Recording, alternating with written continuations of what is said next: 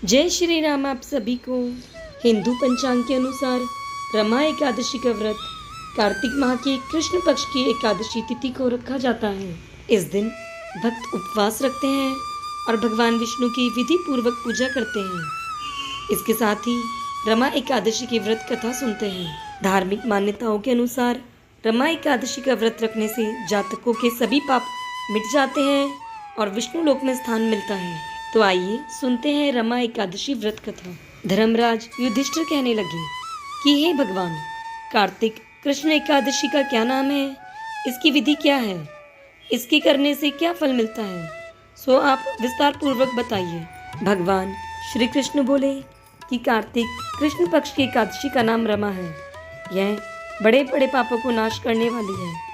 इसका महात्म मैं तुमसे कहता हूँ, ध्यान पूर्वक सुनो। हे राजन, प्राचीन काल में मुचुकुंद नाम का एक राजा था।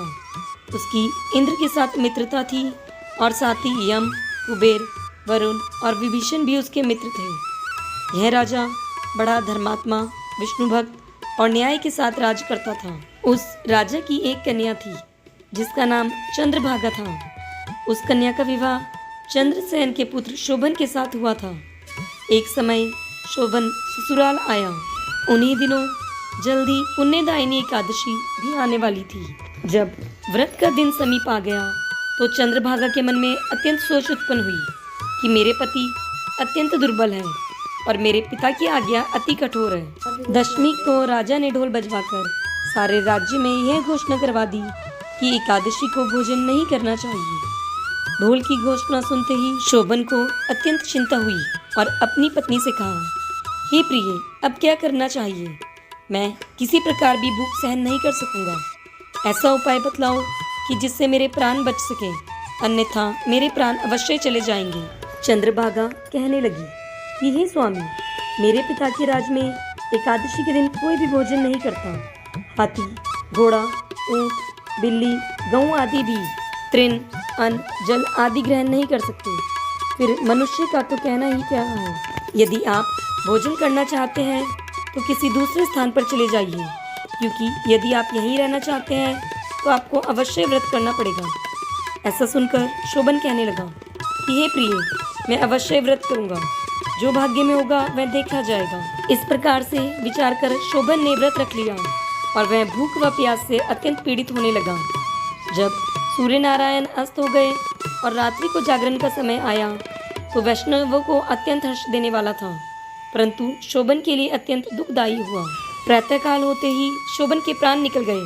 तब राजा ने सुगंधित काष्ठ से उसका दाह संस्कार करवाया, परंतु चंद्रभागा ने अपने पिता की आज्ञा से अपने शरीर को दग्ध नहीं किया और शोभन की अंत्येष्टि क्रिया के बाद अपने पिता के घर में ही रहने लगी। रमा एकादशी के प्रभाव से शोभन को मंदराचल पर्वत पर धन धान्य से युक्त तथा शत्रुओं से रहित एक सुंदर देवपुर प्राप्त हुआ।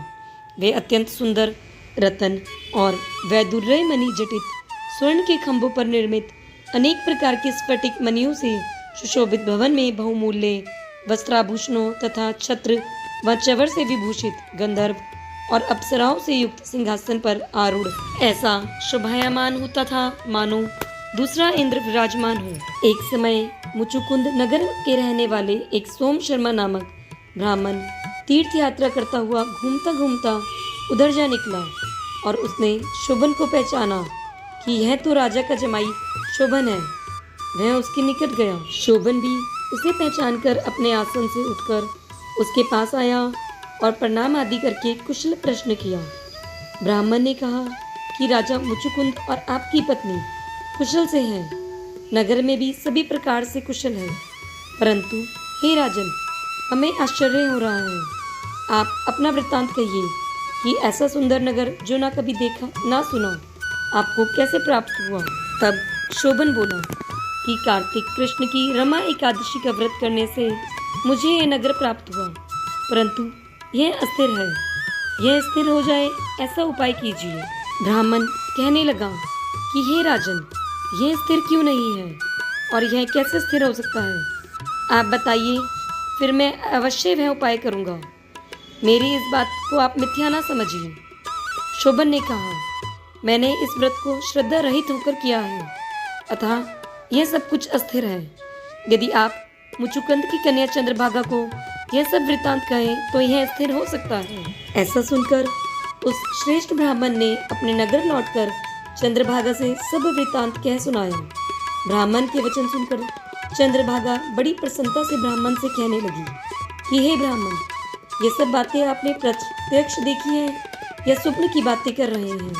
ब्राह्मण कहने लगा कि हे पुत्री, मैंने महावन में तुम्हारे पति को प्रत्यक्ष देखा है, साथ ही किसी से विजय ना हो ऐसा देवताओं के नवघर के समान उसका नगर भी देखा है। उन्होंने ये भी कहा कि यह स्थिर नहीं है, जिस प्रकार ये स्थिर रह सके सो उपाय करना चाहिए। चंद्रभागा कहने लगी कि हे विप्र, तुम मुझे वहाँ ले चलो, मुझे पतिदेव के दर्शन की तीव्र लालसा है।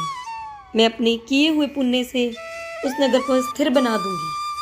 आप ऐसा कार्य कीजिए जिससे उनका हमारा संयोग हो, क्योंकि वियोगी को मिला देना महान पुण्य है। सोम शर्मा यह बात सुनकर चंद्रभागा को लेकर मंदराचल पर्वत के समीप वामदेव ऋषि के आश्रम पर गया। वामदेव जी ने सारी बात सुनकर वेद मंत्रों के उच्चारण से चंद्रभागा का अभिषेक कर दिया।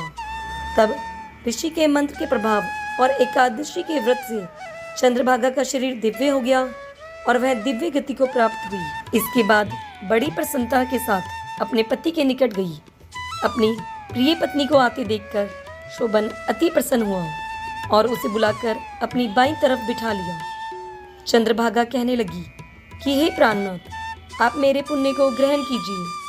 अपने पिता के घर जब मैं 8 वर्ष की थी तब से विधि पूर्वक एकादशी के व्रत को श्रद्धा पूर्वक करती आ रही हूँ। इस पुण्य के प्रताप से आपका यह नगर स्थिर हो जाएगा तथा समस्त कर्मों से युक्त होकर प्रलय के अंत तक रहेगा। इस प्रकार चंद्रभागा ने दिव्य आभूषणों और वस्त्रों से सुसज्जित होकर अपने पति के साथ आनंद पूर्वक रहने लगी। हे राजन, यह मैंने रमा एकादशी का महत्तम कहा है। जो मनुष्य इस व्रत को करते हैं उनके भ्रम इत्यादि समस्त पाप नष्ट हो जाते हैं।